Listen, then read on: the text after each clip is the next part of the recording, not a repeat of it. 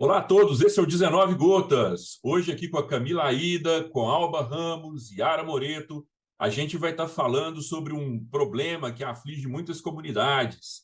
A gente vai conversar sobre poluição de rios urbanos, mas a gente está tomando como exemplo a poluição no Rio Melchior. Quais são as suas implicações e como que a comunidade e as autoridades podem e devem agir nesses casos? A gente vai falar sobre as implicações humanas de ter um rio que não está em boas condições e, a partir disso, a gente vai tentar conversar um pouco sobre essas possíveis soluções. Alba Ramos. Olá, pessoal. Eu sou a Alba. Minha formação, eu sou bióloga, ecóloga. Atualmente, eu estou na presidência do Comitê de Bacias dos Afluentes do Rio Paranaíba, do DF, aonde se insere a bacia hidrográfica do Rio Melchior, nosso principal corpo receptor de efluentes aqui no DF. Camila Aida, por favor, fala um pouquinho de você. Oi, pessoal, eu sou a Camila. Eu sou bióloga, né? E tenho mestrado e doutorado em limnologia, que é estudo na ecologia de água doce.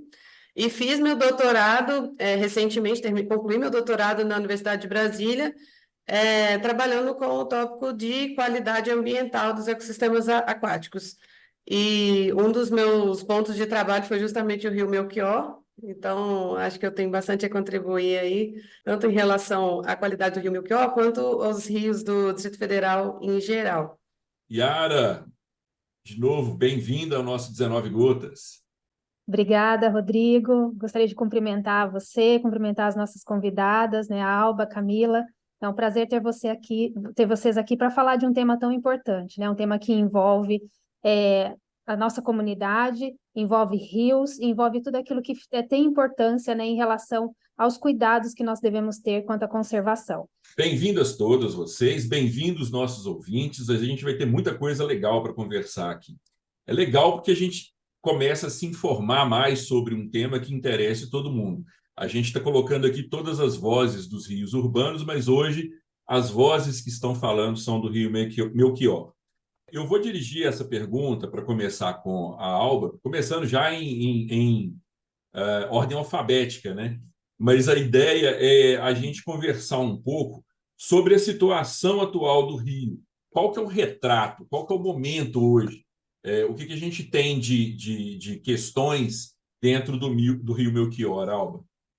O Rio Melchior, ele está inserido na bacia do Rio Descoberto, dentro do Distrito Federal, e ele foi, vamos dizer assim, designado para ser o corpo receptor de efluentes principal aqui no DF, né? Ele recebe contribuição de esgotos de vários locais. Por exemplo, Taguatinga, Ceilândia, Vicente Pires, Pôr do Sol, Sol Nascente, Samambaia e parte de Águas Claras.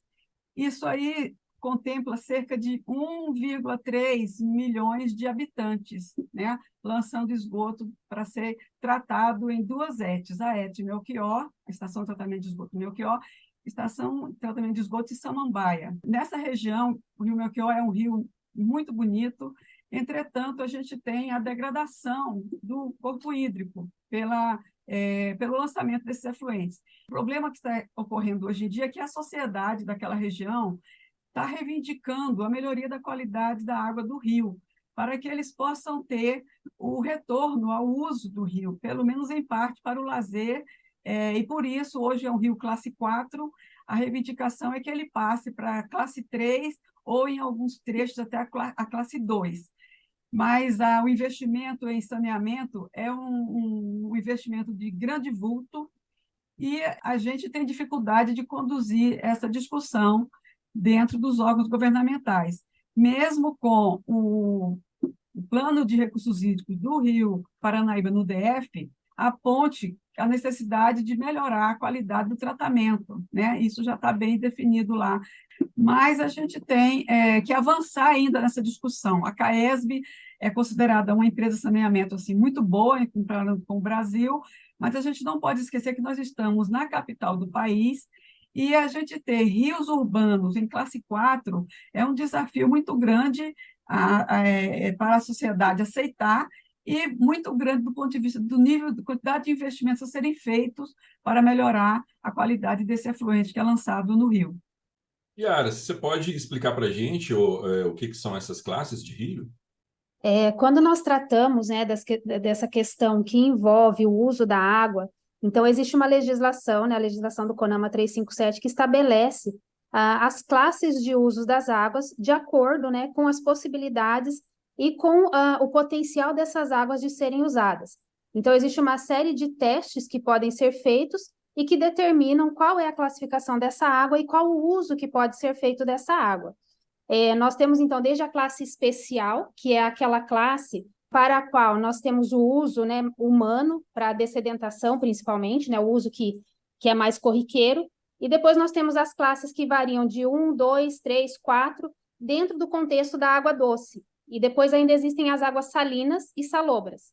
Então, bem resumidamente, né, a legislação ela é um pouco ampla, mas dentro desse contexto do enquadramento e para rios, nós temos, então, essas classes, né, de enquadramento de uso de água e que vão, então, estabelecer qual é o uso adequado para aquele ambiente aquático.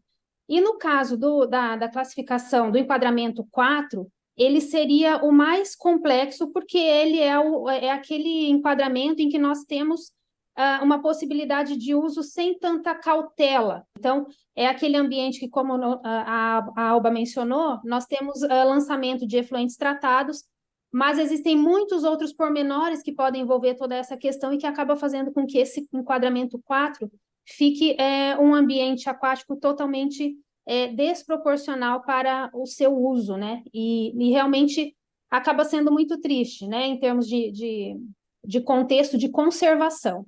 E aí a gente vê a importância da legislação em si e de como que ela pode ser melhorada, que eu acho que é uma coisa que a gente pode tratar aqui e que até a Camila pode falar disso com mais propriedade, né? Que é justamente isso. Nós temos tantas classes, né?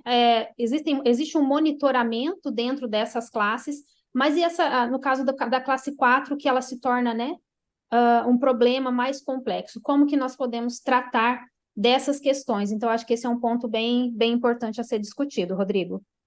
Camila, desculpa ter te pulado, mas um dos objetivos do nosso podcast é exatamente levar essas informações que a gente trata Claro. De forma tão corriqueira para que todo mundo possa entender. Com certeza. O que mais você pode acrescentar desse momento atual do Rio Melchior? Bem, a Alba comentou, né, que a gente tem duas grandes apps que fazem o lançamento no Rio Melchior, e eu só queria complementar que essas duas, elas têm o lançamento praticamente juntos, né? São metros de distância entre o lançamento de uma app e outra, a Samambaia e a Melchior. Então, é uma carga muito pesada em um ponto, né? Uma poluição que a gente chama de poluição pontual muito forte.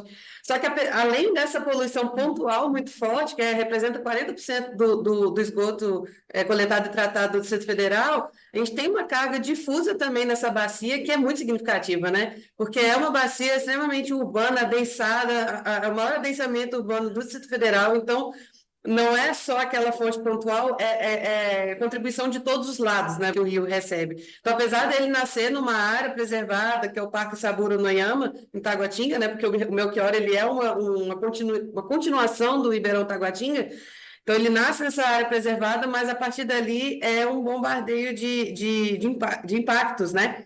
Então, uma vez eu fiz uma expedição percorrendo todo o percurso do Rio Melchior e a gente observa muita erosão nas margens, né? Vegetação ciliar, mata ripária praticamente inexiste, muito acúmulo de lixo também, lixos visíveis, né? Pendurados nas árvores ao redor. Então, são muitos tipos de impacto. Assoreamento é visível também.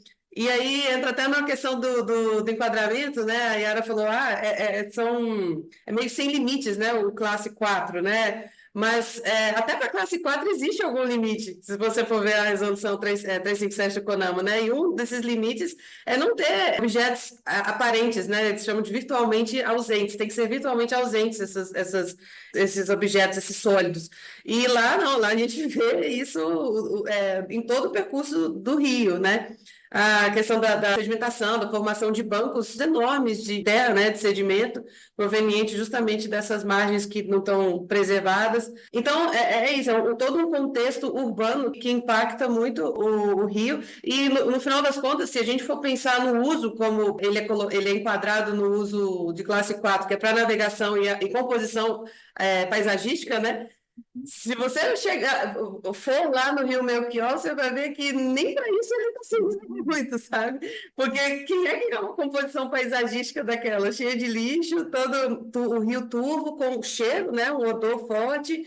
E para navegação também não serve. É um rio raso e é um rio que está extremamente assoreado em vários pontos também.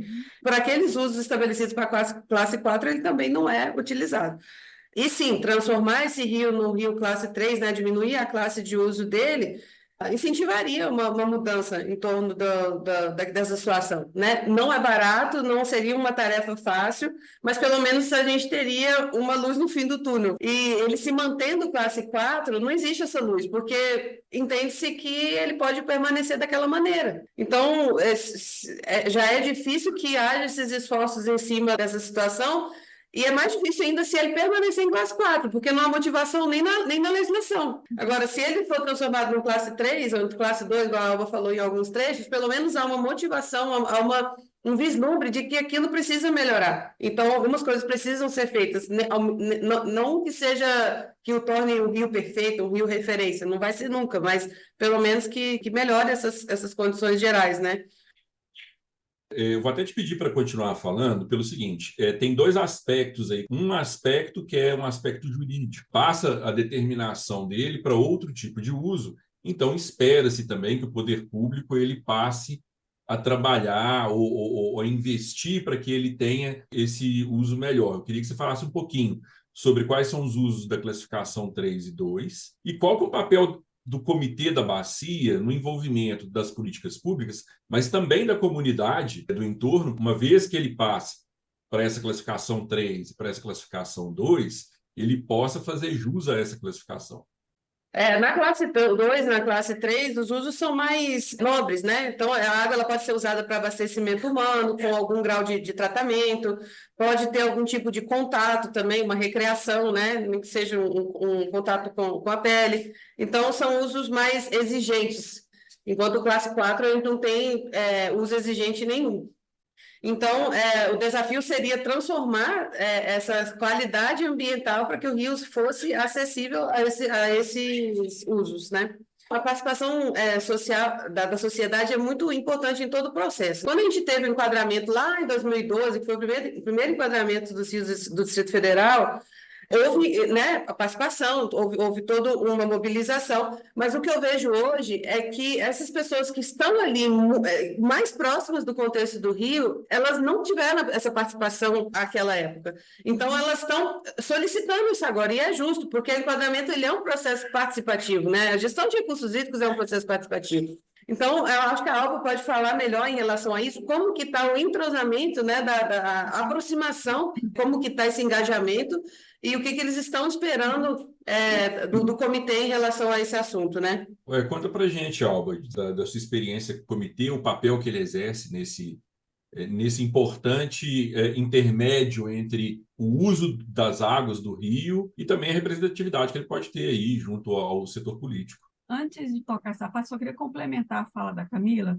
Nós Sim. falamos do lançamento de efluente da ET, das cargas difusas, mas tem também o aterro sanitário, lançando do Rio Melchior, e ainda frigoríficos. Entre eles, o principal é o JBS, a Seara JBS, que também lança carga orgânica no Rio Melchior.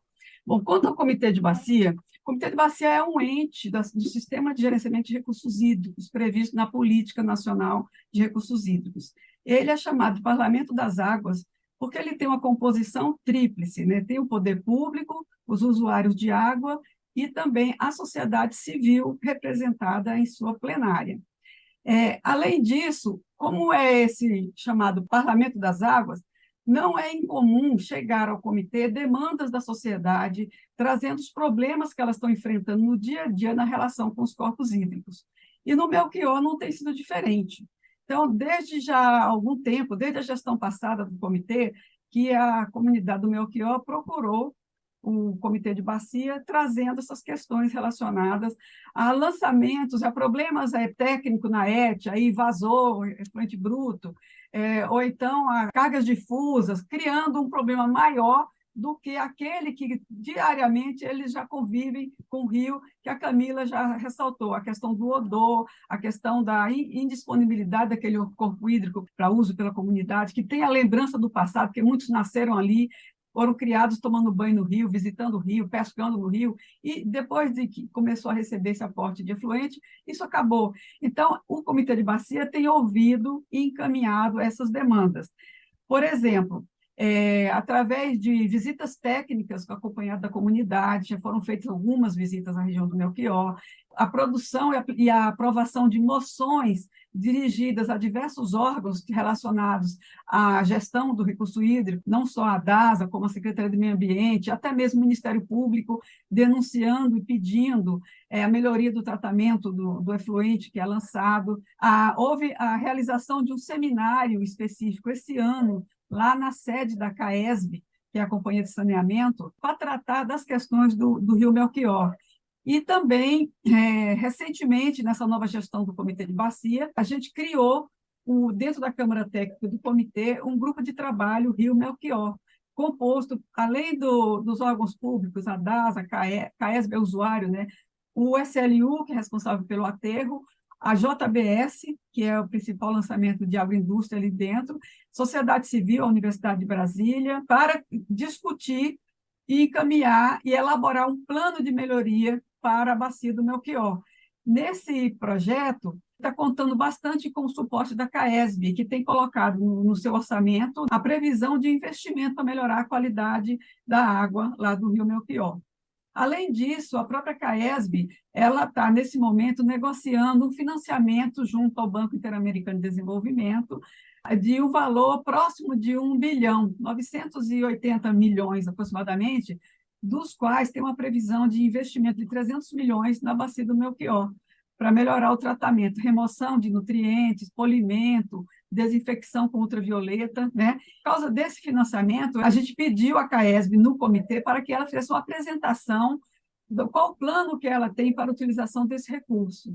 Foi quando eles trouxeram para a gente essa informação de que 300 milhões serão investidos na bacia do Melchior. E, mais do que isso, ela pediu o apoio do comitê para que o comitê emitisse uma moção dirigida ao comitê do Comitê do Rio Paranaíba Federal, para que este colocasse no plano de aplicação de recursos o valor que seria referente à aplicação no DF para ser aplicado também no Rio Melchior na forma de uma contrapartida para esse empréstimo que está sendo contratado junto ao Banco Interamericano.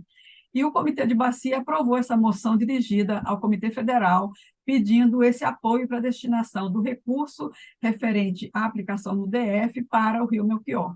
Esse rio, Yara, ele é um rio do bioma do Cerrado, né? Que já não é um bioma que conta com uma quantidade grande de água. Para o cenário ecológico brasileiro, qual que é a importância de um rio de cerrado estar bem tratado, sem nenhum tipo de contaminante nele? Esse é um ponto bem interessante, Rodrigo. Independente, né, do bioma, a gente precisa ter todo o contexto de conservação dos rios sendo levados, né, em consideração. Mas quando a gente fala, igual você mencionou, de um rio que já está num bioma que sofre com questões de seca, isso se torna muito mais preponderante. E nós falamos de um rio, de um bioma cerrado e também de um rio que é urbano, né, ou seja, ele passa por pressões antrópicas que um rio, né, em um ambiente rural ou mesmo em um ambiente que não ultrapasse, né, as linhas do parque e chegue até a cidade, não teria esse problema. Então, aí a gente tem uma complexidade de situações atuando, desde as variáveis ambientais, naturais, né, para as quais a gente não tem muito controle, que tem a ver com as questões climáticas, até passando por um contexto da situação, né, de alocação desse rio dentro de um ambiente urbano e toda a pressão que vem sobre ele, como, né, a Alba e a Camila já mencionaram. Então, isso se torna muito mais fatídico quando nós temos problemas ambientais tão graves acontecendo. e problemas que influenciam diretamente na vida daquela comunidade do entorno, porque aí nós passamos por situações muitas vezes não só do rio receber, né, tratamento, né, de um efluente tratado, mas também de existir poluição difusa, de existirem fontes que não são muitas vezes identificadas e que trazem esse problema para a vida daquela comunidade que está ali presente, né, naquele entorno. Então, são vários complicadores. Qual é a solução dentro desse contexto, né? E que passa justamente pela gestão de recursos hídricos. É justamente nós termos essa união entre os poderes, né, poderes públicos, iniciativa privada, a comunidade que faz uso daquele local, o comitê de bacia, que é extremamente importante dentro desse contexto, para levantar e para levar as vozes das pessoas, né, para tomadores de decisão, no contexto de, olha, realmente nós temos um problema aqui que precisa ser melhorado, que precisa ser solucionado. A gente realmente passa, né, por todas essas questões, considerando ainda a importância do bioma cerrado, né, voltando um pouquinho para esse contexto. Espécies endêmicas e uma série de animais e plantas que estão prejudicados, né, por esse contexto. Então, realmente, quando nós falamos de conservação, a gama é muito grande e todos os contextos precisam ser levados em consideração. Eu não conheço, né, esse rio, não sou do DF, mas a gente sabe que problemas desse tipo acontecem ao longo do Brasil como um todo. E isso demonstra realmente que nós precisamos unir forças em trazer, né, esse tipo de situação, em discutir e realmente apoiar, né, que as causas, né, que são levantadas em prol da conservação e dos recursos hídricos, elas sejam levadas, né, à frente para a resolução de problemas. Mesmo sem conhecer os dados, né, Yara, é importante a gente entender que esse problema por qual passa o rio Melchior, ele não é uma exclusividade, né? A gente está tratando dele aqui especificamente, mas a gente tem vários outros rios que acontecem isso. Vou dar um exemplo aqui em Belo Horizonte, eu não sei como está hoje, confesso que eu não sei como está hoje, mas a gente tinha no córrego do Onça, que é um dos córregos que abastecem a Lagoa da Pampulha, tem a nascente, né? 50 metros para frente ele já era um esgoto a céu aberto. Eu sei que existe uma forte tratativa nesse sentido, essa tratativa ela vem pelo menos ali de 2009, 2010, quando eu consegui acompanhar por um período mais intenso, mas era uma realidade. E assim como ele, tem vários outros córregos e rios ocultos nas cidades. Mas aí a gente tem um outro aspecto também, que é essa questão da qualidade da água, que eu vou até pedir a Camila para falar um pouquinho disso. Qual que é a qualidade da água? Vocês já falaram, né, que tem despejo de rejeitos humanos, tem tratamento, mas ele não é suficiente. Tem alguns contaminantes que a gente não sabe, então, de onde ele vem. Tem a questão do agronegócio também, que impacta com despejo de sangue, e isso causa que tipo de contaminação, Camila? Reforçando o que a Yara falou, né? Aqui, ainda tem um agravante aqui que eu acho que vocês que não são daqui não sabem, é que na época de seca, a vazão do afluente que é lançado no Rio Melchior chega a ser maior do que o próprio rio. Então, pensa na gravidade da situação, né? O volume de efluente que é lançado é maior do que a vazão do próprio rio. Então, esse é um grande desafio mesmo. Então, em relação à qualidade, o mais comum, né, é a gente avaliar, e o que é feito, né, pelos órgãos governamentais, é o acompanhamento da qualidade da água, a água em si. Então, são parâmetros que a gente fala de indicadores, são parâmetros genéricos que indicam se aquele rio está numa situação melhor ou pior, igual quando a gente faz um exame de sangue, né, e faz um hemograma, e aquilo é um indicativo da nossa saúde. A gente não vai para exames mais profundos sem que esse exame mais básico esteja com algum problema. Então, é isso que a gente faz nas águas também. Então, são parâmetros básicos, né, como a turbidez, como a condutividade, o oxigênio dissolvido, os nutrientes, né, presentes naquele corpo hídrico, fósforo, nitrogênio. Então, são esses parâmetros que são avaliados continuamente, né, no Rio Melchior. De fato, esses parâmetros, quando eu fiz a análise na minha tese de doutorado, eles estavam todos muito, muito afastados de uma condição razoável, né? Então, o fósforo, né, que é um indicativo forte de esgoto doméstico, sempre apresentou valores mais elevados, alguns tipos de nitrogênio também, turbidez, a condutividade muito elevada, coliformes termotolerantes também. Então, ele realmente apresenta essas variáveis relacionadas à água com bastante alteração. Claro que isso vai variando a depender do ponto de coleta que você escolhe, né? Se você coletar imediatamente após o lançamento da ET, vai ter uma qualidade pior. Mas à frente, né? Quanto mais distante desses pontos, a qualidade melhora. Mas como é um rio que, como eu disse, está inserido todo um contexto urbano, ele não tem essa chance assim de melhorar tanto, porque ele está sendo sobrecarregado todo o tempo. Mas a gente não tem a referência, porque o enquadramento dele é a classe 4, e a classe 4 não dá limites para a maioria desses parâmetros físicos e químicos, né? E aí entra o que eu avaliei na minha tese de doutorado, que é a avaliação por bioindicadores, né? Que são indicadores biológicos, que vão retratar mais a situação contínua daquele rio, porque quando você analisa a qualidade da água é um retrato, é aquela água que você coletou naquele momento e está representando naquela análise. Mas, quando você analisa a parte biológica, os seres que vivem ali, eles não são trocados assim rapidamente, igual a água passa, né? Eles guardam uma memória daquele rio, né? Então, incluí na minha análise do doutorado essas variáveis biológicas, né?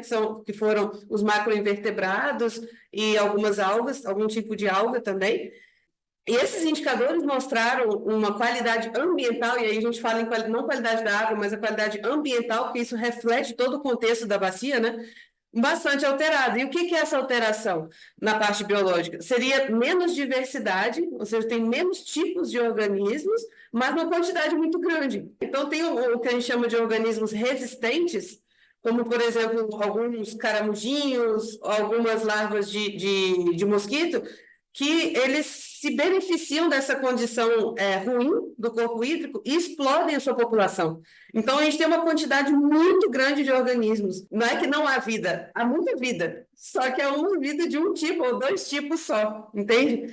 Então, isso reflete claramente, essa parte biológica reflete claramente essas mudanças drásticas em todo o contexto da bacia. E isso, né, Alba, é um indicativo de que a saúde do rio não vai bem. Pegando o parâmetro até que a Camila colocou do exame de sangue, falando do assoreamento, parece então que o colesterol está bem alto. Falando aí dos nutrientes também, parece que a gente está com muito de um nutriente e está faltando os outros. Me fala mais do que representa isso para a saúde do rio, mas também para a saúde da sociedade. O que a sociedade quer é poder usar o rio de novo, de alguma forma, em algum trecho, né? E tem pressionado bastante. E isso é importante, porque no Comitê de Bacia a gente dá essa voz para a sociedade, né? Esse projeto da CAESB, esse investimento todo que ela está com a intenção de colocar lá no Rio, a gente sabe, né, que assim vai atenuar, vai melhorar um pouco o tratamento, vai melhorar um pouco a condição do rio. Alguns desses parâmetros que a Camila se referiu, eles vão melhorar. Então, pode ter uma grande queda, por exemplo, na DBO, mas o fósforo, eles não vão alcançar o limite estabelecido na resolução 357. E isso significa que vai ter ainda uma certa condição no rio para a proliferação de outros organismos que vão causar o problema que a gente tem hoje, de mau cheiro, de má aparência, né? Isso é muito ruim. Foi discutido também uma aplicação, como parte desse tratamento, talvez uma aplicação, fazer um reuso dessa água do rio, por exemplo, para a agricultura, para florestas, por exemplo. Mas, economicamente falando, não vai ser viável isso. Se isso acontecesse, você poderia tirar mais carga orgânica do rio para fertilizar plantas, mas, infelizmente, o custo para você fazer um bombeamento dessa água para as áreas produtoras, por exemplo, da Bacia do Descoberto, que tem também a questão de ter o Lago Descoberto, que abastece a cidade, então, lá também precisa saber se uma ação dessa não interferiria na qualidade da água do lago, né? Então, é muito complicado, tudo é muito caro, e a sociedade tem que continuar fazendo o papel dela, que é gritar e pedir que essas águas melhorem, né? E o Comitê de Bacia, ele vai estar sempre aberto para ouvir e encaminhar essas demandas, como uma representação legítima da sociedade junto ao poder público, né? Então, é isso que a gente trabalha no Comitê de Bacia, dar voz para a sociedade diante dos problemas que ela sofre e que, às vezes, não chega no centro do governo. É esse o papel do Comitê de Bacia. A gente está falando de quantas pessoas atingidas pela questão do Rio Melchior? Tem esse dado, ou pelo menos por alto?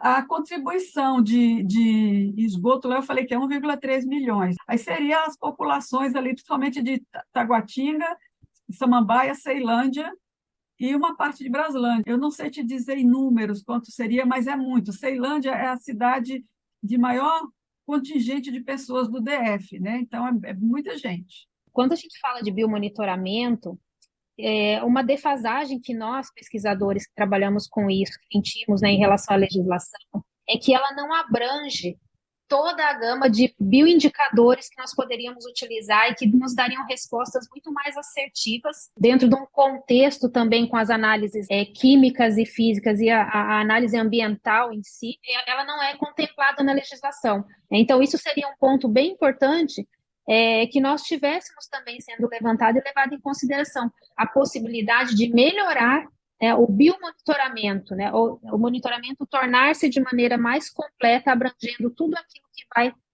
estar influenciando, né, na qualidade de um recurso hídrico. E isso passa diretamente por um contexto também de saúde da população, né, já fazendo um link com aquilo que a Alba trouxe, porque são através dessas medidas, né, de nós sabermos quem está presente naquelas águas, o que existe naquele local em termos de nutrientes também, inclusive de metais, porque muitas vezes podem existir metais pesados naqueles ambientes e que vão se acumular, por exemplo, nos peixes, e a gente sabe que metais pesados têm problema de cumulatividade, né? Então nós podemos ter isso sendo repassado a partir da cadeia alimentar para os seres humanos.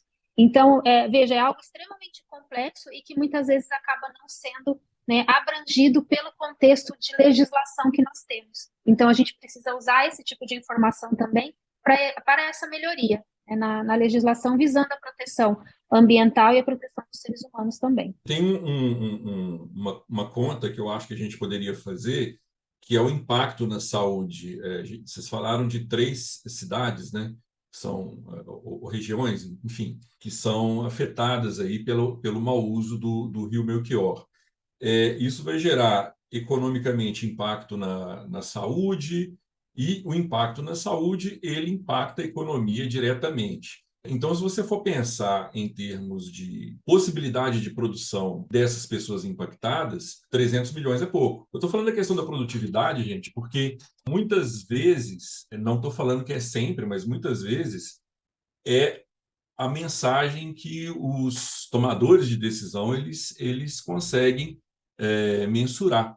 E por isso que é importante também a gente saber como que isso pode impactar as pessoas e como que isso pode impactar também a economia dessas cidades. Com certeza tem, né? É mais gente pressionando o sistema de saúde e é menos gente produzindo. É um negócio que realmente vale a pena ter um investimento, porque isso gera um ciclo ali mais virtuoso. E numa circunstância em que a gente sabe que as águas elas têm se tornado um ativo no Brasil e no mundo, a valorização por você ter águas bem cuidadas, a valorização em termos de crédito de carbono, eu não consigo nem mensurar, porque aí é um universo que é muito novo para todos nós, né? Então, realmente, é algo que precisa ser revisto pelo poder público, porque isso não é um gasto, isso é um investimento naquele local e que vai trazer retorno. Pelo que a Alba já falou, que tem visualmente você vê muito lixo, a gente entra na questão também dos microplásticos, né, que não é avaliado da maneira correta, a contaminação disso, e a gente já sabe que esses microplásticos também vão parar no ser humano. E aí, olha só, a gente não está nem falando daquelas ilhas de plástico no Pacífico. A gente está falando de plástico que pode ter no Rio Melchior e que pode ter no rio próximo da gente, que a gente vai usar aquela água depois para beber. E tem também, a gente vive num mundo em que muitas pessoas passam por muitos estresses. E aí você tem medicamentos também, né? Existe algum tipo de medida para esse tipo de poluição e como que esse tipo de poluição pode impactar não só os biomas, mas também o ser humano? Quer dizer, aquela pessoa que ela toma um ansiolítico ou mesmo um analgésico, aquilo vai para os dejetos humanos e vai acabar parando nesses biomas. A gente já tem alguma forma de mensurar isso? Existe sim, Rodrigo. Inclusive, existem vários estudos que relatam que já mensuraram a quantidade e também tipos, né, de medicamentos que vão desde hormônios, né, por exemplo, de anticoncepcionais, passam, né, por ansiolíticos e outros tipos, né, de medicamentos que, a partir, né, daquilo que é excretado pelo ser humano, acaba indo para o ambiente aquático. Então, esses estudos, eles são muito proeminentes em mostrar realmente que é um problema de saúde, toda essa questão, associado hoje ao que nós temos de mais novo, que é o microplástico, né? Então, justamente, é uma gama, né, de situações que a água acaba levando, né, carregando, e que, se não tratada, né, adequadamente, ela vai, sim, nos impactar, né, de uma outra maneira. Então, veja que é um ciclo, né? Um impacto que vem do próprio ser humano e acaba retornando de maneira cíclica, e nós precisamos, de alguma maneira, usar a tecnologia e a ciência num contexto de realmente conseguir tratar esse tipo de situação. Não sei te dizer como que estão, né, os estudos em relação a, por exemplo, como que se retira esse tipo de medicamento ou alguma coisa, não sei se o Alva tem alguma informação nesse sentido, mas realmente é algo que demanda muito investimento, porém é um investimento que, como você bem mencionou, vale a pena, porque ele traz todo um contexto social embutido. Então, acho que passa por aí. Como que a comunidade pode se envolver? Como que a comunidade pode estar mais perto, por exemplo, do comitê? Como que ela faz para participar do comitê? Quando a gente está falando de comunidade, as empresas também deveriam fazer parte da comunidade. E eu tenho certeza que tem abertura para elas fazerem uma participação mais ativa. Como que elas podem fazer isso? A comunidade está fazendo o papel dela de reclamar. Volta e meia a gente vê na televisão entrevistas, né, com moradores, com membros, com representação, mostrando a situação do rio, demandando a melhoria da qualidade da água. Os usuários de recurso hídrico, né, a saneamento, todos os usos, né, eles também têm a responsabilidade de atender o que a legislação determina. O problema que eu acho é que essa legislação é de 2005. De 2005 para cá, eu acredito que a gente já tem um aporte de conhecimentos que possa subsidiar uma atualização dessa legislação diante dos graves problemas que nós, seres humanos, estamos causando para o meio ambiente. A Yara e a Camila já falaram um pouco sobre isso, né? O que a gente está lançando no nosso esgoto e que a companhia de saneamento não consegue remover e que vai chegar no corpo hídrico e comprometer a cadeia alimentar daquele corpo hídrico. Então, assim, eu acho que a gente precisa ter maturidade. Não é um assunto fácil de ser tratado, porque demanda investimento, demanda pesquisa, mas eu acho que já está na hora dessa discussão ser aberta em nível de CONAMA, em nível de CONAN aqui no Distrito Federal, para ver se a gente consegue avançar na definição de parâmetros mais reais diante de toda essa problemática que nós temos hoje de estar aportando nos nossos corpos hídricos efluentes contaminados com produtos muito perigosos. Então, é isso que eu acho, que a sociedade tem que continuar brigando para que o poder público possa iniciar essa discussão e fazer evoluir a resolução 357 do CONAMA. A Alba falou certinho.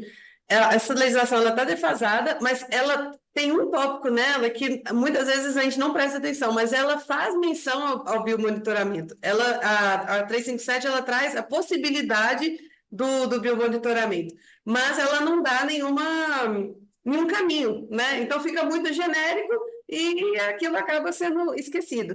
Aí, enquanto esse trechinho que fala da possibilidade da bioavaliação, né, do biomonitoramento, está ali escondidinho, por outro lado, ela traz tabelas enormes com mais de 300 parâmetros de referência para cada classe de uso. Então, tem lá tabelas enormes com um monte de parâmetros que ninguém faz aqueles 300 parâmetros. Acaba que fica muito discricionário. Quando você vai avaliar se aquele rio está enquadrado ou não, você escolher 1, 2, 3 parâmetros daqueles 300 lá, para poder dizer se aquele rio está enquadrado ou não, né? Eu acho que a legislação ela podia ser mais enxuta, mais específica e mais certeira. Então, vou escolher aqui oxigênio, turbidez, DBO para dizer se aquele rio ali está enquadrado ou não. Isso de uma lista de 300, eu selecionei 3 parâmetros. Aí você vai lá no rio Melchior, que é um rio muito raso, muito turbulento, o oxigênio lá é sempre bom, por mais que ele seja um rio extremamente, com a carga extremamente alta de matéria orgânica, ele tem uma aeração mecânica muito, muito forte,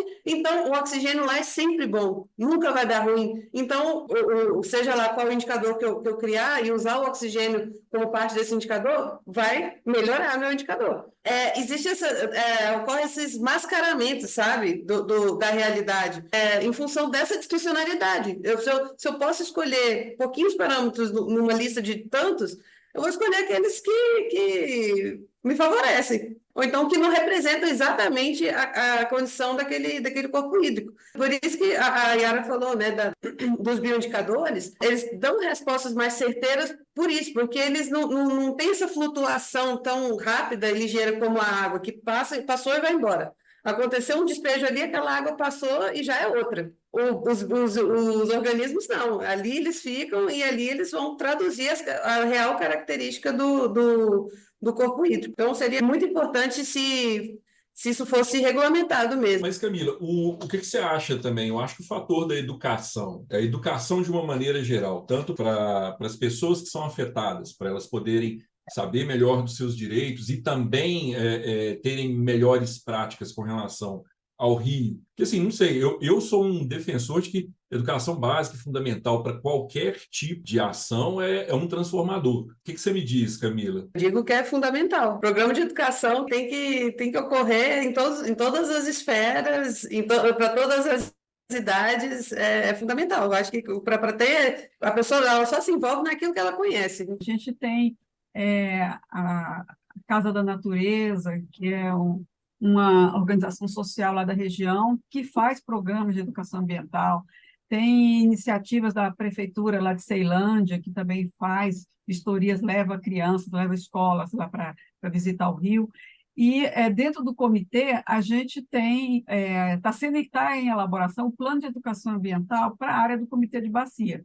E no GT do Rio Melchior, a proposta é que nesse plano de melhorias da bacia, a gente tenha também um componente de educação ambiental, né? Porque esse assunto é fundamental. A educação, como a gente sabe, né, tem que estar em todos os níveis, em todos os lugares, formal ou informal. A gente precisa estar fazendo esse papel de educador ambiental em todos os níveis, né, até nível político, principalmente nível político, que é quem, muitas vezes, na maioria das vezes, faz as decisões, né, ou então elabora normas ou programas e projetos.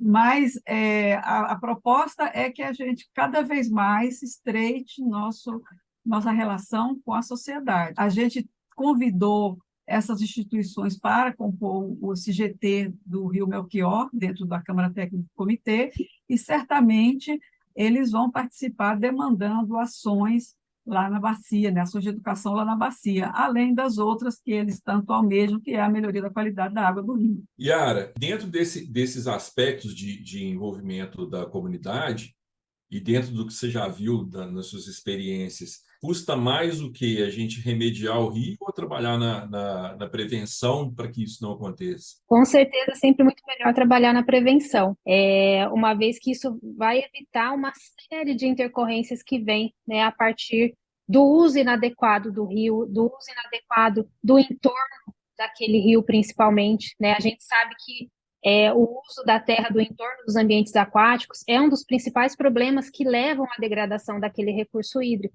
né? Então, quando nós temos legislações e nós temos a conscientização das pessoas que passa, né, a acontecer a partir da educação ambiental, com certeza a gente tem uma mudança de comportamento. E aí a pessoa vai entender, aquela comunidade vai entender a importância daquele rio por si só e do entorno, e que tudo que está ali vai influenciar de alguma maneira naquele ambiente aquático e, por consequência, na vida delas. Então, realmente, os investimentos, né, eles devem passar por essa questão de prevenção e como que a gente vai prevenir? A partir da educação, né? A partir de conhecer como se pode atuar da melhor maneira possível em relação, no contexto, né, que nós estamos falando aqui, de um recurso hídrico, de um rio, né, que tem tamanha importância para aquela região, que realmente, pelo relato das meninas, a gente vê que precisa de um olhar muito profundo, muito certeiro, né, para que nós possamos, então, resolver, né, e tentar, de alguma maneira, modificar aquela situação, pensando em todo o contexto social que isso envolve. Certamente, educação é sempre o melhor caminho. Eu estou adorando o papo, por mim eu ficava aqui mais uma hora, mas eu preciso de fazer o encerramento do 19 Gotas. Meio a contragosto, porque a conversa está boa, mas eu vou deixar agora um momento para cada uma de vocês fazer as considerações finais, talvez alguma coisa que não foi falada ainda, mas também deixar uma mensagem, né? Alba, vou começar com você. Ali, primeiro, agradecer à Aliança Tropical pelo convite de participar desse momento de conversa sobre o Rio Melchior, pela importância que ele tem aqui para o Distrito Federal, especialmente para aquela região lá de Taguatinga, Ceilândia, Samambaia. Dizer também que o Comitê de Bacia ele está atento às demandas da sociedade, está sempre aberto a acolher as demandas da sociedade e encaminhar junto aos órgãos competentes essas demandas, né? Mesmo com o investimento que a Companhia de Saneamento pretende fazer lá no Rio, esse rio, em 2 parâmetros, ele não deve alcançar o nível de enquadramento 3, e isso é uma coisa preocupante, porque não vai atender à demanda da sociedade, demanda investimentos maiores ainda, né? Mas a gente tem que pensar o futuro, né? A gente quer pensar Brasília com 100 anos de idade, hoje ela tem 64, a gente tem que pensar Brasília com 100 anos, com 150 anos, que Brasília que nós vamos ter, que Distrito Federal nós vamos ter para os brasileiros que estão nascendo agora. Então, a responsabilidade só aumenta. E para a gente andar, para cobrar essa responsabilidade, a gente precisa estar informado, precisa estar capacitado. Isso é uma coisa importante do Comitê de Bacia, capacitar a sociedade para que ela possa ter protagonismo nas suas demandas. Então, a gente tem um plano de capacitação que faz durante o ano todo, trata diversos temas, inclusive qualidade da água já foi um tema do nosso encontro de integração, porque a gente acha que é com conhecimento que a gente vai conseguir avançar nesses pontos obscuros que a gente ainda tem hoje em dia. Então, de novo, agradecer e desejar a todos, né, um ano de 2024 muito bom, assim, cheio de expectativas realizadas, vamos assim dizer, né? Porque nós temos tantas, né? Principalmente nas questões ambientais. Estamos muito preocupados com a questão de mudanças climáticas, isso tem que estar nos ouvidos e na boca de todo mundo. A gente precisa estar unido, demandando do poder público as medidas de mitigação e adaptação. Então, é muito trabalho para a sociedade civil, e o Comitê de Bacia, como Parlamento das Águas, vai estar liderando essas demandas aí nos próximos anos, né? Muito obrigada. Imagina, a gente agradece. Camila. Bom, também quero agradecer a oportunidade, né, de participar do 19 Gotas, conversar com o Yara, com você, Rodrigo, com a Alba, que é uma pessoa que eu admiro demais. Fico super feliz de ter essa mulher representando aí o comitê do Paranaíba DF. Sei que o comitê está em ótimas mãos com a Alba aí na presidência. Então, é sempre bom conversar com você, Alba.